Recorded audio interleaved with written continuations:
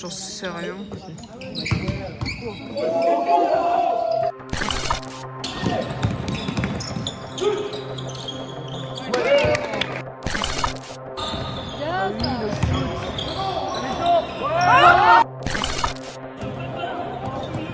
Oh Seigneur.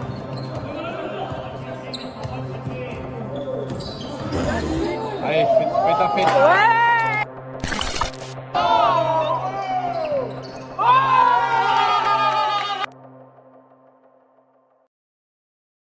Ah, le basket. Ce sport, c'est toute ma vie. Donc je vais vous expliquer pourquoi je suis autant à fond dans le basket. Commençons par le commencement. Je suis né le 19 juin 2001. Et oui, le beau gosse là, c'est moi. Et ça a duré 2 minutes, jusqu'à ce que je grandisse un peu. Non mais sérieux, regarde ma tête. Comparé à mon frère et à ma sœur. Sur les 3 gosses, c'est moi qui ai le plus une tête à claque. Mon frère, t'aurais dû lui faire un câlin. Ma sœur, bah pareil. Et moi, bah... je suis présent, hein, c'est déjà bien. Hein, si j'approche personne, ça arrange tout le monde. Hein. Bref, depuis tout petit, j'ai directement baigné dans le sport en général. J'ai fait un peu de foot, mais tu vois Mbappé, bah moi j'étais clairement Mbappé surtout. Nul à chier, hein, vraiment, à ne pas refaire.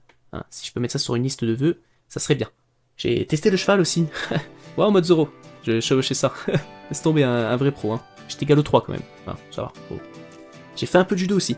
Et là je peux te dire que descendant de mon daron qui faisait partie des 3 meilleurs du Grand Est à l'époque, bah la relève elle était pas là du tout, hein, non clairement. Non, j'étais nul à chier. Bref, ensuite vient le jour où j'essaye le basket à l'âge de 7 ans. Comment j'en suis venu à me dire, papa, je peux faire du basket? Alors ça c'est simple.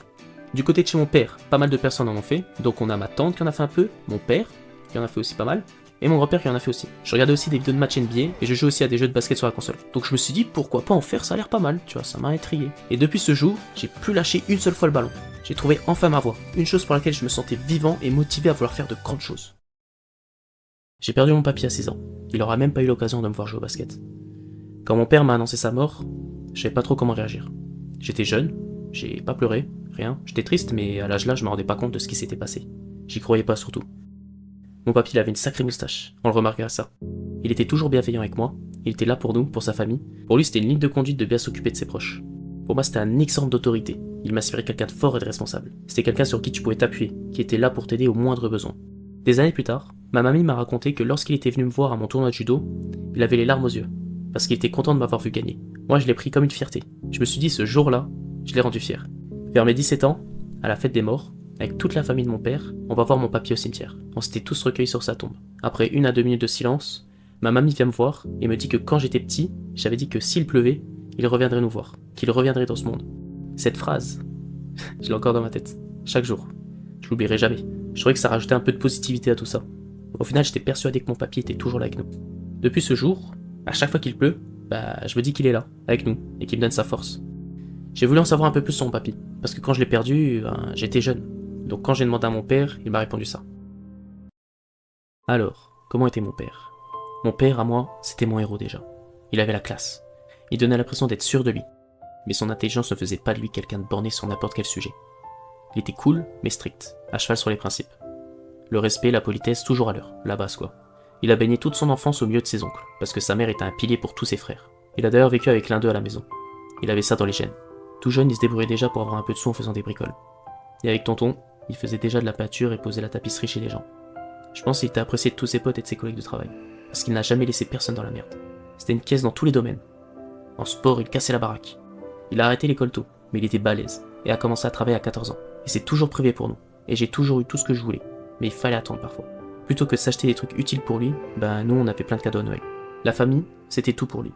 Il a toujours pris soin des siens. Ses parents, sa femme, ses enfants, mais aussi ses oncles. Après, il ne fallait pas faire le con et manquer de respect, parce qu'il avait la tête dure, et pouvait ne plus te parler si t'avais fait de la merde. Mon père, il avait tout. La force, l'intelligence, le charisme. Il attachait beaucoup d'importance à la descendance. Alors le jour où il a su que maman était à la maternité pour toi, il a pas arrêté de pleurer. Et on a remis le couvert 1 an après avec ton frère. Les Akini étaient encore là pour une génération. Après, il aimait tous ses petits-enfants, mais toi, Lilian, il te mettait sur un piédestal. Je pense qu'il était fier de nous tous, même s'il avait du mal à le dire. Il était sensible, mais il cachait bien derrière son apparence un peu de bonhomme. En gros, j'ai rien à lui reprocher. On a perdu une bonne personne, et j'aurais voulu le garder encore longtemps. Mais la vie en a décidé autrement. Je me dis souvent qu'il veille sur nous, et que de là-haut, il doit être fier de nous, et de tout ce qu'il a laissé. Voilà. En tout cas, je pense à lui tout le temps, et il me manque énormément. Il disait toujours, profitez de nous tant qu'on est encore là. Après, il sera trop tard. Bah tu vois, il est trop tard. Depuis 15 ans bientôt déjà. Mais je regrette rien. Parce que je sais qu'au fond, on n'y peut rien. La vie c'est comme ça. Aujourd'hui t'es là, demain on sait pas. Alors dans la vie, faut être bien. Et tu laisseras une image correcte de toi. En tout cas, j'aimerais laisser la même que mon père. Je vous avoue que quand j'ai vu son message, j'étais en pleurs. Il m'a bien fait chialer, putain. On a toujours eu tout ce qu'on voulait quand on était petits. Mes parents nous sont toujours bien gâtés. On n'était pas à plaindre. On partait souvent en vacances, souvent avec toute la famille en plus, donc c'était encore mieux que de partir qu'entre nous. On avait des cadeaux à Noël, on voyait notre famille souvent. Bref, on avait tout. Quand j'étais petit, j'étais assez timide à l'école. Tellement qu'en maternelle, je ne parlais pas. Je jouais le muet. Je devais avoir l'air bien con en y repensant. Mais sinon, j'étais un bon gosse chiant. Je pense que je devais être hyperactif. Je le suis même maintenant, je pense. Je faisais partie des gosses fatigants à s'occuper. Genre mon frère et ma sœur, je les faisais un peu chier. Un peu beaucoup même, j'avoue. Même encore maintenant. Mais ça, tranquille, ça reste entre nous. Je râlais beaucoup aussi. Je sais pas comment mes parents faisaient pour me supporter. Vers mes 8 ans, je perds ma marraine. La sœur de ma maman. Ma tata, c'était une vraie guerrière. Elle s'est battue contre le cancer. Pendant tout son combat contre cette merde, je l'ai toujours vue avec le sourire. Elle était forte. Elle donnait toujours autant d'amour qu'avant aux personnes qu'elle aime. Je l'ai jamais vu se plaindre, et je la respecte pour ça. Elle montrait que tout allait bien malgré tout ça. Elle était nounou, et me gardait souvent quand mes parents travaillaient. Ou des fois, je dormais là-bas, juste parce que j'en avais envie, pour passer du temps avec mes cousins et ma cousine. Ma tata me donnait beaucoup d'amour. Elle était toujours là pour s'occuper de moi. Elle était toujours souriante et calme. C'était comme une deuxième maman. Elle aimait son métier, son mari, ses fils et sa fille. Elle aimait sa famille. Quand j'ai posé la question à ma mère pour en savoir un peu plus sur ma tata, elle voulait pas en parler. Elle est très sensible sur le sujet. Je sais qu'elle aurait voulu me dire plein de choses sur elle. Je savais, sans même qu'elle m'en parle, que sa sœur était un exemple pour elle, une partie d'elle. Tout ça quoi. Aujourd'hui ma mère fait du cheval, pour un peu rendre hommage à ma tata qui en faisait. Je suis même sûr, ça doit lui rappeler tout plein de bons moments là-bas. L'enfant que j'étais suite à ça était assez ignorant. Je considérais ça comme quelque chose de normal au bout d'un moment. Je pensais que c'était la vie qui était faite comme ça. Alors que non en fait, tu perds pas des proches chaque année comme ça. L'école pour moi, c'était pas trop mon truc. Ça m'ennuyait. J'étais toujours dans le minimum d'efforts pour les notes. Moi je voulais juste faire basketteur pro. Et me concentrer juste sur ça. Il y avait que ça qui m'intéressait. Quand on me demandait ce que je voulais faire, je répondais que je voulais devenir basketteur pro. Je ne voyais pas autre chose. J'avais pas de motivation à l'école, parce que même si je voulais jouer en pro, fallait quand même trouver un plan B, au cas où. Mais même en cherchant, je trouvais rien. À 9 ans, mon père m'annonce que mon meilleur ami est mort dans un accident de voiture. Et là, je sais pas. Je sais pas pour quelle raison, mais cette fois-ci je pleure. J'ai eu l'impression d'avoir perdu comme une partie de moi. Parce que contrairement à la perte de mon papier et de ma tata, lui je le voyais tout le temps.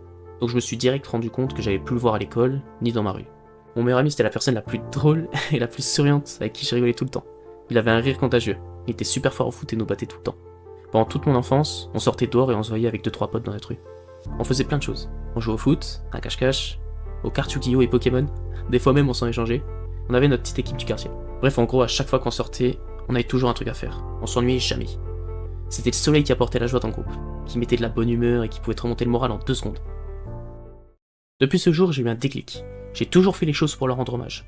À mon papy, à ma tata et à mon ami. J'y pense constamment. On en vient donc au basket, à cette fameuse chose pour laquelle je me donne à 500%, je dirais même à 1000%. Donc j'aurais fait la promesse qu'un jour, j'atteindrai le niveau le plus haut que je pourrais atteindre au basket, de finir pro. Je me dis constamment, je veux les rendre fiers de là où ils sont. Le basket au début, écoutez, c'était pas inné. Déjà de 1, on dirait un petit coup, quand je saute H36 là, et de 2, j'étais pas très doué, j'étais vraiment Voilà quoi, c'était pas ouf hein. J'ai commencé le basket à 7 ans, avec mon frère. Donc on jouait ensemble dans le même club au début. On avait le même niveau, à peu près. On a toujours fait tout ensemble, lui et moi. Que ça soit jouer dehors, à la console, quand je faisais du cheval aussi, il en faisait. Le judo, pareil. Un peu tout quoi. Dont le basket. C'était cool dans le sens où t'étais jamais seul. Quand le coach te disait de te mettre par deux, toi tu savais que même si t'étais le petit nouveau, t'avais ton petit frère. Quand j'étais petit, je pensais que faire les entraînements de club suffirait pour réaliser mon rêve. Alors que pas du tout. Vers 15 ans, j'ai su tout ça. Quand je venais de rentrer au lycée, il y avait une section de basket dans laquelle j'étais. J'ai vite compris avec les personnes avec qui j'étais que j'avais pas le niveau, que j'étais un peu le maillon faible du groupe. C'est à partir de ce jour que j'ai commencé les entraînements sérieusement. Donc avec mon gabarit, je devais prendre du poids, donc je me suis mis à la muscu, j'ai regardé plein de vidéos pour apprendre et m'enseigner. Pour ce qui est du basket, j'étais un dribbleur principalement, j'aimais dribbler à fond, mais je voulais être un joueur complet. Donc j'ai regardé tout ce que je pouvais améliorer et j'ai charbonné ça. Je me suis mis à m'entraîner de plus en plus. Tous les jours muscu et basket. Je m'arrêtais jamais. Je m'étais fixé un régime strict, donc pas de soda, pas de chips, pas de bonbons, pas de fast-food, rien. Vraiment rien. Je m'autorisais rarement un décalage dans la semaine. Des fois je le prenais, mais le plus souvent non. Je m'accordais aucun repos, je voulais rattraper le retard que j'avais sur les autres. Donc je m'entraînais plus que n'importe qui, ça je peux vous le dire. Les étés, pendant les grandes vacances, je mettais les bouchées doubles. Mes journées se résumaient à faire la muscu, je travaillais à ma détente, parce que je voulais dunker, que j'aille courir, Et sans oublier le plus important, le basket. Au total, je finissais avec 6-8 heures de sport. Pour ce qui est de ma famille par rapport à ça, ben on me prenait pas au sérieux. On me comprenait pas sur ça. On me disait que ça servait à rien, que j'arriverais pas. Et en me disant tout ça, bah ça m'a donné une autre raison de continuer à m'entraîner. Pour leur prouver à tous qu'ils ont tous tort. Mon frère avait arrêté le basket au bout de quelques années avec moi. Il avait pas la même mentalité par rapport à ça. Pas la même relation que j'avais avec ce sport. J'en ai pas voulu. Je sais qu'il avait d'autres centres d'intérêt qui lui plaisaient beaucoup plus, donc j'étais content pour lui. Mon aventure, je la partageais sur les réseaux, pour montrer aux gens ma passion, et pour leur montrer qu'il ne faut pas abandonner ses rêves, même si c'est compliqué, qu'il faut rien lâcher. Faut dire que ça en motivait plus d'un, donc mon travail là-dessus était déjà accompli. Motiver les gens, pour moi c'est important. Parce que moi-même j'aurais aimé qu'on soit autant derrière moi. Même si mes parents, ma mamie et mon oncle venaient me voir jouer, c'est différent que de soutenir mon objectif, vous voyez? Je me suis vite enfermé indirectement socialement, je sais pas si on peut dire ça comme ça, mais vous m'avez compris. Genre je ne buvais pas, je fumais pas, je faisais pas la fête parce que je m'entraînais. Je trouvais que c'était une perte de temps et que ça avait aucun sens. Alors je vous rassure, j'avais des amis, je sortais les voir, mais rarement. Je me privais de pas mal de choses pour réaliser mon rêve. Je passais moins de temps avec ma famille aussi. Les étés, je mangeais seul, parce que je finissais mes entraînements tard, et je le savais ça. C'est un sacrifice à prendre. J'aurais aimé passer du temps avec eux, mais il y avait cette distance avec le basket. Donc j'avais pas le choix. Le basket, sans prendre en compte les objectifs que j'y consacrais, c'était aussi un bon moyen d'extérioriser un peu tout ce qui n'allait pas en moi. Juste de faire des shoots et d'être au calme avec moi-même. C'est quelque chose de vital en soi. Ça m'apporte énormément de choses dans la vie, c'est ça qui me permet de m'accrocher et de me donner un sens dans la vie. Je vois pas autre chose en soi. Au bout de tant d'années d'entraînement H24 à négliger le repos, je réalisais pas que c'était énorme de faire tout ça. J'ai laissé traîner une tendinite au genou pendant 3 ans, parce que je voulais pas perdre de temps à vouloir me soigner et pas pouvoir rattraper ceux qui étaient plus forts que moi. Là-dessus, j'avoue, j'étais un peu con. Je dois bien l'avouer. Après, tu compenses plus avec l'autre jambe, donc je me suis aussi blessé l'autre genou. Voilà, du coup j'avais l'air bien con. Et c'est là que j'ai compris que mon corps, bah, il avait ses limites, et que j'étais pas invincible comme dans les films. Mentalement aussi, c'était compliqué. Et oui, c'est sûr que faire ça pendant maintenant 7 ans, sans s'arrêter, sans prendre réellement du temps pour moi, sans partir en vacances, sans profiter de toutes ces choses qui m'entouraient, ben... je me suis pris une claque, quoi. Je commençais à plus avoir d'espoir, de motivation, plus de joie. Je commençais à me comparer à la vie des autres. T'en as, ils partaient en vacances, sortaient faire la fête, ou juste sortaient voir leurs potes et s'amuser. Puis moi, je m'entraînais avec mon ballon. Même si je voyais mes potes, des fois, je me sentais seul. Je me suis fait une sorte de burn-out à moi tout seul. Et oui, je me suis oublié, et j'ai pensé qu'aux entraînements et pas à moi. Donc j'ai fait une pause. Vu que j'étais blessé, puis mentalement j'avais besoin de relâcher, j'ai donc profité de la vie, de faire autre chose que de m'entraîner, de relâcher juste. Les médecins m'ont fait des examens pour mes genoux, donc IRM et écho, ils m'ont dit que je devais prendre du repos du coup, et d'arrêter un moment. J'avais du cartilage en moins sur ma rotule, et sur l'autre genou, j'avais fragilisé mon tendon. Autant vous dire que je me suis bien défoncé. Pendant tout mon temps de repos, j'ai dû soigner tout ça. Donc j'ai dû faire des séances de kiné. Après les séances de kiné, je les faisais aussi chez moi, pour pas perdre de temps, vous me connaissez. Je suis quelqu'un qui aime pas attendre. Au début, j'avais un peu de mal à rien faire. Puis après, j'ai pris goût. J'avais même oublié le basket à un moment. Ça a fait du bien de vivre une vie normale sur ça. Mais au bout d'un moment, ça a manqué. J'avais un vide en moi. J'ai pris conscience que le basket, j'en avais besoin, et que je pouvais pas faire sans. Pendant cette pause, ben, j'étais assez instable. Genre, je profitais avec mes amis, mais le soir, je me retrouvais avec moi-même. Ça a été assez dur. Au bout de quelques mois de pause, je reprends tout doucement à jouer avec le ballon. Et je vous avoue que ça m'a fait du bien. Un bien fou. Oh, j'étais en train de pleurer de joie, pour vous dire. Donc ma guérison n'est pas totalement finie, j'ai encore mal au genou parfois, mais moins qu'avant. Je sens qu'il y a une évolution quand même. Mais j'ai repris le basket, et ça fait du bien de se réentraîner comme avant. Attention, toujours en faisant attention, hein, je vous rassure. Je fais toujours à mes séances de kiné, mais voilà, tout commence à rentrer dans l'ordre, donc on en est là maintenant, à 22 ans. Ce que j'ai découvert avec tout ça, bah, c'est qu'il y a autre chose que le basket. Cette pause, ça m'a permis de me sortir de cette boucle que je m'étais moi-même faite, donc de voir que par le basket, et que par mes objectifs et rien d'autre. Toutes ces choses que je faisais plus il y a longtemps.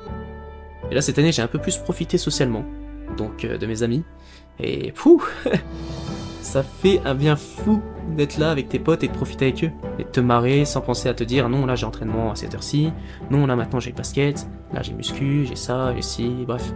Là non, j'ai juste kiffé ma vie, rigolé, retrouvé un peu tout ça, et ça a fait du bien.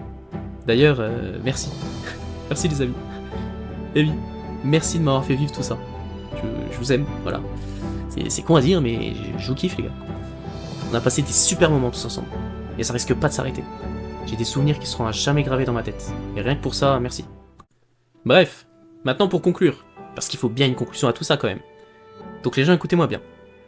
J'ai rien réussi, malgré tous mes efforts, certes, mais ça veut pas dire qu'il faut tout abandonner maintenant.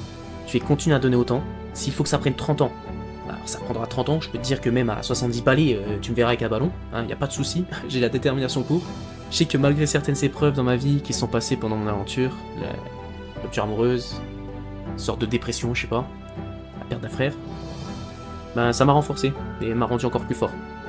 Même si ça a été très dur, j'ai su en ressortir. Mais parce que j'avais un objectif en tête, parce que j'avais cette promesse que je devais tenir, cette mission que je devais accomplir. L'enfant que j'étais aurait voulu ça de moi, que je continue sans rien lâcher, avec la même détermination que du début. Donc voilà les amis, voilà pourquoi je suis autant à fond dans ce sport. Et vous, c'est quoi votre objectif dans la vie ?